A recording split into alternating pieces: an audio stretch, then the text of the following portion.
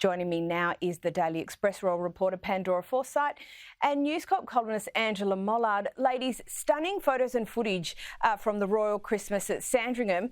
Pandora, can you run us through the proceedings of the day? Yeah, so everyone has all their eyes on the royals in the UK on Christmas Day in particular, with people queuing for hours to get a glimpse of them and perhaps hand, well, Catherine this year, flowers and chocolates to the children in Sandringham, which is on Sandringham Estate. It was particularly popular this year, as you noted, Caroline, at the start of the programme, about just what a year it's been for the royals and how it could have turned out so differently. So this year, the crowds really did come out to get a glimpse and perhaps have, a few messages of hope for them, which they certainly did. In fact, Catherine at the end there, as you can see in the footage, was actually caught up in so much conversation that William and the children were actually waiting for her to get down. So this happens at about 11 a.m. And then the pre-recorded King's Christmas speech happens at 3 p.m. But of course, this is a private time for the royals, away from the cameras.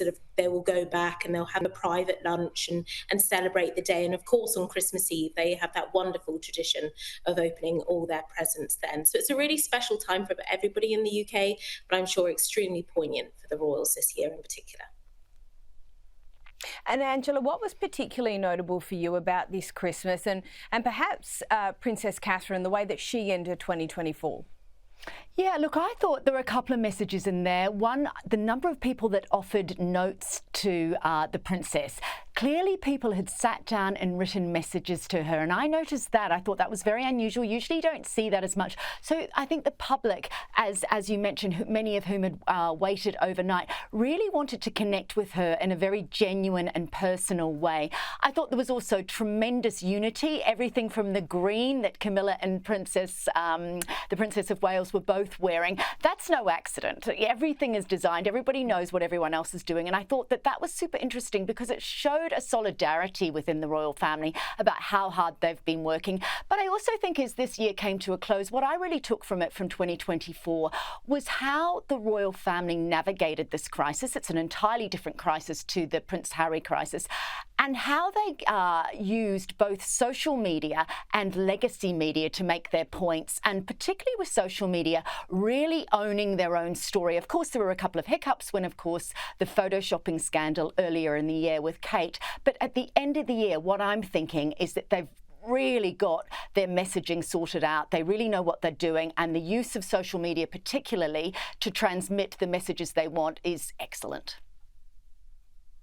I agree with that, and particularly that video that they did when they announced that Princess Catherine had finished her treatment. I thought that was an excellent use of a non-traditional platform, so to speak, to get that message across. Now, Pandora, I thought it was interesting to see Princess Beatrice join the family at Sandringham last minute. Is there anything more to this story than has been reported? Yeah, so we don't know the details of why she got the medical sign-off. I'm sure we can put two and two together about the fact that she is evidently a few months pregnant and on medical advice, has been told not to travel. But of course, this does make things slightly awkward. It was all very happy faces, put on a good show for the Christmas Day walk-up. But from a personal perspective, I'm sure she found this quite difficult in many senses because she knows her father and mother weren't going to be there. And of course, that's so different from different years and how things have changed. And of course, her sister's not with with her there either, because she is with her in-laws, which was her original plan. She was there alongside her husband and, of course, his little son. And they made the most of what is an incredibly difficult situation with relations with Prince Andrew and the King at the moment. Of course, he took advice off Fergie not to go, which we've already mentioned on previous programmes. But I'm sure for her, it wasn't the day that she expected it to be. And when plans change, it's never ideal, is it? But of course, when all the world spotlight is on you asking questions, it's particularly difficult, especially when it's your own family, it's your own father. And I'm sure she had to spend the day with various conversations and questions from the rest of the family about him, whilst he wasn't there, of course, to defend himself too. And this is all while she is heavily pregnant. So my heart does go out for her, because it is an incredibly difficult situation for her, and she just has to get on with it, very much like the late Queen's motto of never complain and never explain. And that's exactly what she did. The late Queen would have been very proud of her, I'm sure. Yeah, I think she would have been. And Angela, very interesting piece in Tatler this week about the York sisters and their supporting role in 2024. It's been a very interesting year for them, and they've managed this excellent balance, in my view, of being in the thick of it while being slightly removed at the same time. I agree completely with you, Caroline. To have two parents who are so historically undiplomatic, and that is a compliment. You know, you could say far worse things about them. Although Fergie has, of course, come into her own in the last couple of years as being a highly useful member of the royal family, or certainly adjacent to the royal family. What I love about this Tatler piece is it pulls out some of the things that Beatrice and Eugenie have done. Apart from their extraordinary diplomacy, if you think about it, Eugenie is trying to maintain that relationship with her cousin Harry while still being a member of the royal family. They both do a lot of charity work. They helped out, of course, at the garden parties in May, where, you know, you need more royals to go around shaking hands. I anticipate that we will see a lot more of them, as well as the Tyndalls. I think after this year, Prince William particularly will be looking at the royal family and saying, yes, my dad is wanting a slimmed down organisation, but what we do need is more people on the ground to be doing the handshaking, to do the events. And I think there'll be some taking stock behind the scenes with Catherine and William, particularly while their children are still so young, where they say, yes, I think we do need Beatrice and Eugenie to do this, and we do need Zara and Mike to do this. But there's one person who I think needs a Vogue cover and is not getting the attention she deserves, and that's the Duchess of Edinburgh. She turns 60 next month. She has been part of that family dedicatedly. I think she did 124 engagements this year, and she is not getting the love. I want to see her promoted. I want to see her on the cover of magazines, and I want her to be at the forefront of the royal family. After all, she is a working member of the family. Well, you're not going to get any objection to that on this show, because she has played an absolute blinder this year. I absolutely agree. And Angela, while I'm still with you, you'll recall the infamous New York car chase. It's back in the papers this week. Why is that? Look, it's really interesting because Harry has basically made a claim with the New York police. So we've seen two letters come out. One letter has back in September 2022 said that there was no need for prosecution, or there was no evidence of anything criminal in that car chase in New York. A few months later, in December, the head of intelligence within the New York City Police Force just found that yes, there was grounds for prosecution of a couple of people. Now, of course, all that time has now passed, and Harry is saying, why has there not been any action on this? This is really interesting.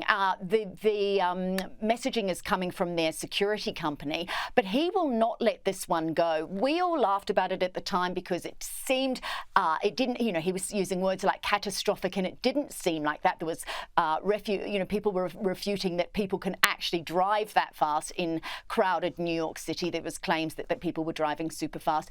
But look, I would like to get to the bottom of this. It's not clear. It's a slightly opaque story. And if there are, I mean, after all this time, if there really are people that should be prosecuted, then that should happen. This is one of those rare occasions where I understand why Harry is pushing it through. Yeah, it will be very interesting to see what does come out of that, because I agree with you. I think there is more. Now, Pandora, I feel like the Christmas period always lends itself to some very interesting opinion pieces. Piece in the Telegraph about who makes the decisions in the Sussex household. What's your view? Yeah, look, ladies, I'm going to be really brutally honest here. I think this commentary piece is reaching, but that's the whole point of commentary pieces. This is by Michael. In the same piece, he says that most wives in the household were in charge of writing the Christmas letters and the Christmas cards. I mean, for goodness sake, we're in 2024. But I would say that perhaps this is leading to other events which have happened over the past few years, where we've seen Harry and Meghan's relationship develop. The end of the story is, if Harry wasn't with Meghan, then he wouldn't have, left the other side of the world, would he? I mean, that is it. But that's what you do for love, That's what right? it comes down to. Yeah, that's exactly what it comes down to. And ultimately, signing off happy holidays instead of happy Christmas does not show a power dynamic. I think that's just a reflection of where they are in their life. The sentiment is very much still the same. Of course, if he was in the royal family, maybe he would have signed it off slightly differently. But Prince Harry, as we all know, ladies, if he doesn't like something, he will be very vocal about it. So I'm sure this card was very off from them both. Now, ladies, very, very quickly, I have 30 seconds each for you. What are your predictions for 2025? Angela, starting with you. My predictions for 2025 is, well, it's more a wish, Caroline. I hope that the King is declared cancer-free. That would be my number one for the royal family. They've had a really tough year, and in the same way that we felt that relief when Catherine did that video, to have a man who has waited in the wings all his life to do this job, within seconds virtually of arriving in the role, he finds himself battling cancer, not being able to do elements of the job, and he's pressed on in such a remarkable manner. That's the one thing I would like to see predictions. My other big prediction is that Prince Andrew is going to get a letter from the palace saying, you don't have to do any more work, just sit back, we're going to pay you to be quiet, to not go out of the house, to not meet with anybody. And I'm also predicting that we're going to see a little bit more of Prince George as he turns 12 this year and comes towards his teenage years, and of course that age when he will be very cognizant of the role ahead of him. Absolutely. Pandora, your prediction? I think we're going to be seeing a lot more of Catherine, which I think will be very, very welcome, and everyone will absolutely love seeing more of her. And I think we'll probably hear a little bit more about her journey and what she's had going on with her health when she is ready to hear so. And I think it will be very much welcomed and will bring great support for many people around the world. I'm very much with Angela. I do hope that the King, continuous treatment is positive, and that he is cancer-free by the end of the year. And I hope, for the sake of the royal family, that they don't get any more Netflix dramas about them, because I think a year without Netflix dramas would be a year that they'd be very happy about. It's been a very dramatic few years for the royal family, so I hope this year can bring them some peace. Absolutely. Angela, Pandora, thank you so much for joining us.